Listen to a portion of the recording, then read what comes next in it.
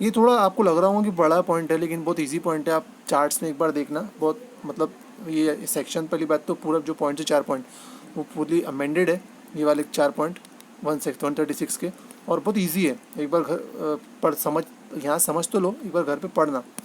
Okay, उसके बाद inspection, inspection of financial statement और अदर डॉक्यूमेंट्स, ये भी पॉइंट फुल्ली अमेंडेड है। बट है क्या भाई, इंस्पेक्शन ऐसा है कि every company shall allow every member and debenture trustee to inspect financial statement and other records at it registered office. Okay, तो पता है एवरी कंपनी हैविंग सब्सिडरी और subsidiaries shall provide a copy of separate audited financial statement और unaudited.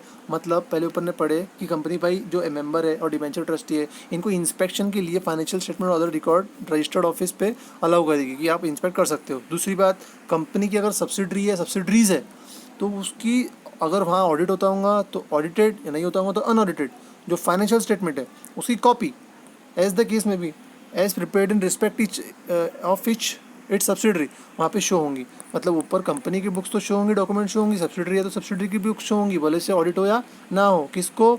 Members को, जो ask करे, मतलब जो पूछे। हो गया। पनिशमेंट क्या है?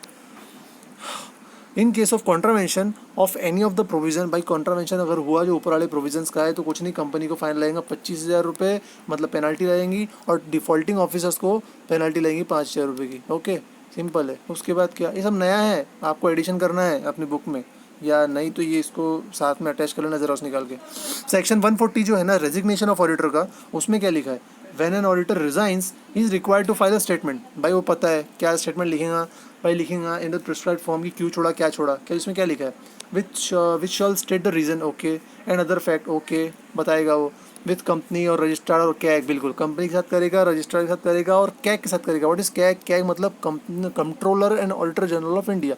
किसके केस में? अगर गवर्नमेंट कंपनी है तो, वरना कंपनी और रजिस्ट्रार ही सेटिस्फैक्ट्री है। ओके, उसके बाद within 30 days, right corner में देखो, within 30 days from the date of resignation. Okay, ठीक है, ऐसा करेगा। लेकिन क्या?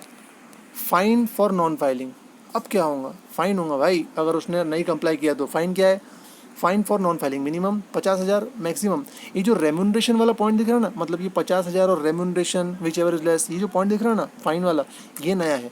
ठीक है, तो फाइन क्या है? मिनिमम 50,000, या ऑडिटर का जो रेम्यूनरेशन था वो विच एवर इज लेस, जो कम होगा वो मिनिमम, और मैक्सिमम 5 लाख। ठीक है, उसके बाद यहाँ और क्या लिखा है? जो सेक्शन 141(3) का पॉइंट आई चेंज करना है, जो पहले था उसे डिलीट करो, एंड ये जहाँ दिखा, यहाँ जो मैंने किया है उस पर ध्यान दो। ओके, समझ गए? सेक्शन 141 सबसेक्शन 3 क्लॉज आई, आप जो प्रीवियस बुक में था उसको डिलीट कर दो, यहाँ जो लिखा है वो पढ़ो, क्योंकि नया है, नया चेंज हो गया है।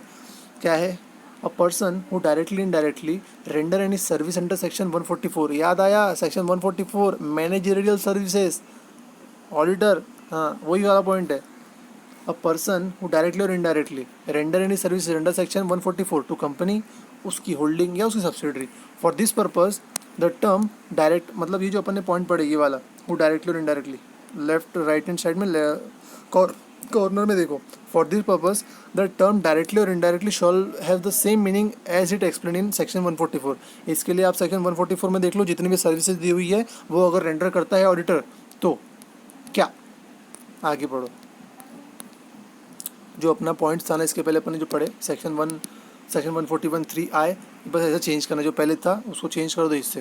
जो पहले था कुछ और था, ये जो है कुछ और है। ओके, जो पहले था वो कम था, इसमें पूरा क्लैरिफाई करा हुआ है, तो आपको ये पॉइंट्स ऐड करना है। ये पूरा सेक्शन नहीं है, ये आपको ये वाला पॉइंट ऐड करना है वहाँ पे। ओके, इसमें अपन ने 141(3) में डिस्क्वालिफिकेशन वगैरह देखे हैं, या रिपोर्टिंग वाला 141(3) में डिस्क्वालिफिकेशन देखे, 143 में रिपोर्टिंग है, रिपोर्टिंग वाला ऊपर पढ़े अपन ने इसके पहले, लेकिन ये जो है डिस्क्वालिफिकेशन वाला है, तो ये वाला अपने को देखना पड़ेगा। ओके, ये उसमें ऐड कर लेना जाके। उसके बाद 143 right to access books of account, इसमें क्या अमेंड है भैया? देखो राइट साइड कॉर्नर में पार्ट अमेंडेड, मतलब इसमें छोटा सा पार्ट अमेंड हुआ है।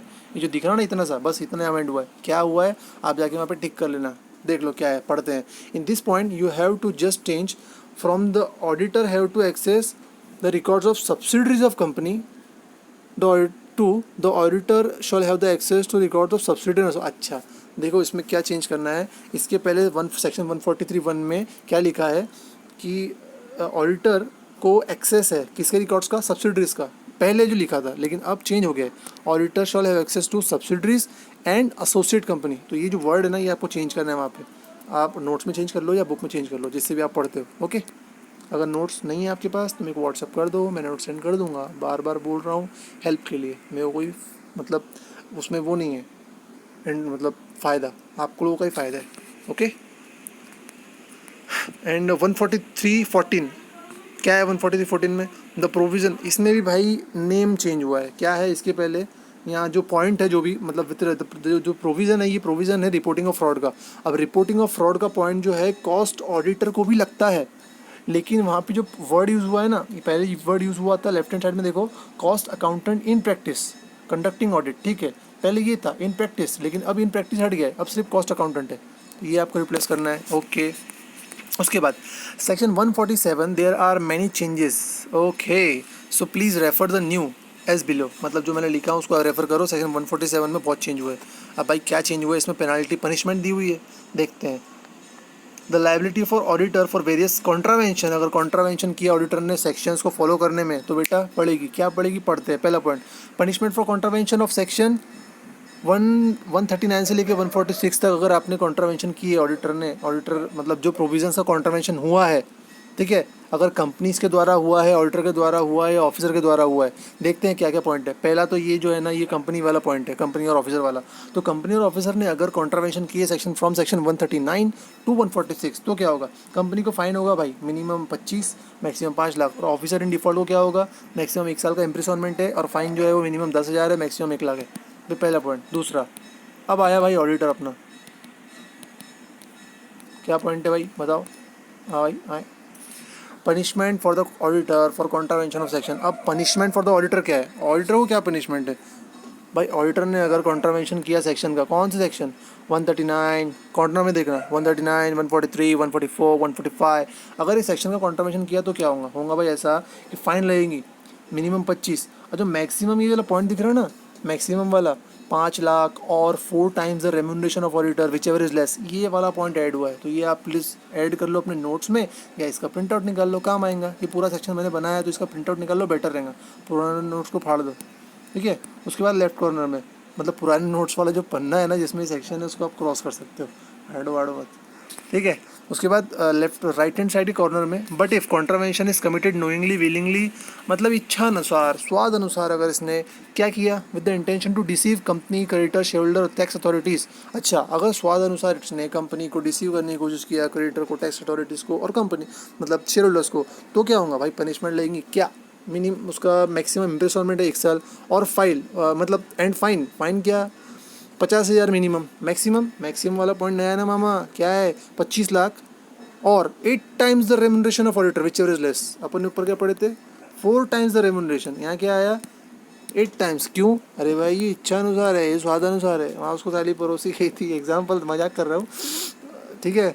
तो यहाँ जो है ये इसने किया था कांड, और यहाँ जो है यहाँ इच्छा अनुसार हुआ था कांड, तो समझ लेना जरा, ठीक है। 8 टाइम्स और 4 टाइम्स का डिफरेंस। उसके बाद consequence of conviction of auditor. अरे भाई अगर सिद्ध हो गया कि ऑडिटर ने कॉन्ट्रावेंशन किया है, फ्रॉड किया है, कॉन्ट्रावेंशन हुआ है ऑफ सेक्शन 139, 143, 144, 145, देखो यहाँ सेक्शंस अलग अलग है। ऊपर जो है 139, 143, 4, 5, नीचे भी 139, 3, 4, 5, लेकिन इसके पहले जो थे, इसके पहले वो नहीं थे। ये देखो कहाँ गया, 139 से 146 था, और अपन यहाँ देख रहे हैं 146। एक मिनट, अरे ऊपर, अरे भाई इसमें 146 नहीं है, तो थोड़ा ध्यान से हर एक चीज़ को बारीकी से पढ़ो, समझे हो। तो कॉन्सिक्वेंस क्या है? कन्विक्शन का मतलब कंफर्म हो गया ऑडिटर ने कॉन्ट्रावेंशन किया, तो क्या होगा भाई? ऑडिटर लायबल होगा। काहे के लिए? रिफंड, कॉर्नर में देखना, corner left hand side corner, refund the company the remuneration, जितना रेम्यूनरेशन मिला है भाई पहले रिफंड कर। उसके बाद पे डैमेज, लेफ्ट पूरा एंड में देखना, पे डैमेज भाई काय का? भाई कंपनी को, शेयर होल्डर को, क्रेडिटर को, शेयर होल्डर स्ट्रक्चरी बॉडी को जो लॉस हुआ उसकी भरपाई आपको करना पड़ेगा ना, आपकी गलत स्टेटमेंट के कारण कि भाई ऐसा या वैसा। आप ऑडिटर हो भैया, जनता की जान हो आप, आपके शब्दों में वार, मतलब शब्दों से वार होता, शब्दों से वार करते हो आप, आपकी एक शब्द करोड़ों में बिकते हैं, आप साइन करोड़ों में बिकती है, तो आपको लिखना भी सही चाहिए ना। अगर आपने गलती करे तो बेटा जेलो। तो ये था रेम्यूनरेशन का। उसके बाद ये लास्ट पॉइंट है भाई, अपना लास्ट पढ़ना है। Jointly and several liability of partners. Several liability of partners jointly, ये कब आता है? अरे भाई जब ऑडिटर जो होता है वो फर्म होती है, जब ऑडिट फर्म होती है। In case of audit firm, in case of auditor being an audit firm, the liability whether civil और क्रिमिनल, ठीक है, वेदर सिविल और क्रिमिनल कोई भी लाइबिलिटी हो, जो लाइबिलिटी है वो भाई पार्टनर्स की और फर्म की जॉइंटली और सेवरली है। जॉइंटली भी लाइबल है और सेवरली भी लाइबल है। In case of criminal liability, ऊपर और तो ठीक है, लेकिन इन केस ऑफ क्रिमिनल लाइबिलिटी, अगर कोई क्रिमिनल लाइबिलिटी हुई है तो वो तो फॉर्म तो करेगी नहीं, कोई बंदे ने पार्टनर ने काड़ी किया होगा। अब भाई काड़ी किया तो जेल भी, अगर उसने काड़ी किया है तो in respect of liability other than fine the concern partner who acted fraudulent manner and collude in fraud, मतलब पकड़ा गया, देन शॉल बी लाइबल, उसको पकड़ पड़ी जाएगी बहुत जम के। तो ये आपको जो इसके पहले मैंने जो 4 पॉइंट्स दिया है ना, ये सेक्शन 136 के है वो। आ गया, अरे